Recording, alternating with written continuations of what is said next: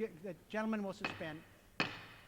Could we ask conversations to be removed from the floor so the chairman of the Transportation Committee may be heard?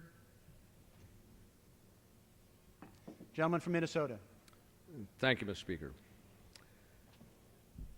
We gather here, I guess, I would say, in my view, reluctantly, to ask for a vote in support of extending the current surface transportation programs that are included in existing law, the Safe, Accountable, Flexible, Efficient Transportation Equity Act, a legacy for users, extended for 3 months. I expected that we would have put in place by now a 6-year extension of current law, a new transformational surface transportation program. But along the way, there has been a failure of political will in various quarters. Not in this committee, not in the Committee on Transportation and Infrastructure. We have done our work under the vigorous leadership of gentleman from Oregon, Mr. DeFazio, chair of the Surface Transportation Subcommittee, partnership with Mr. Duncan on the Republican side, and on the full committee, Mr. Micah and I have worked together over the past 2.5 years to craft a transformation of the Department of Transportation, of the Federal Highway Administration, of the Federal Transit Administration, of our safety programs, into a coherent new vision and a new program with which to address the nation's transportation needs. New partnerships with the states and with the cities and with the metropolitan planning organizations. And we've done that. We moved a bill out of subcommittee.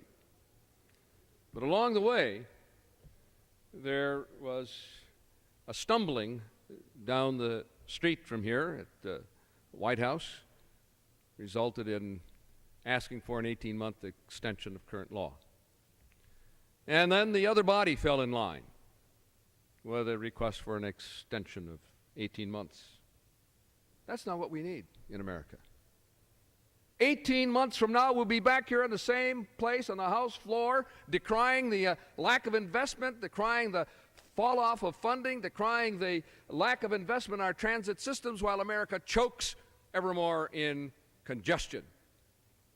While rural America is not able to move its goods to market, while our traffic corridors for freight goods movement continue to move slowly, while businesses, enterprises like United Parcel Service spend $100 million a year for every 5-minute delay their trucks experience.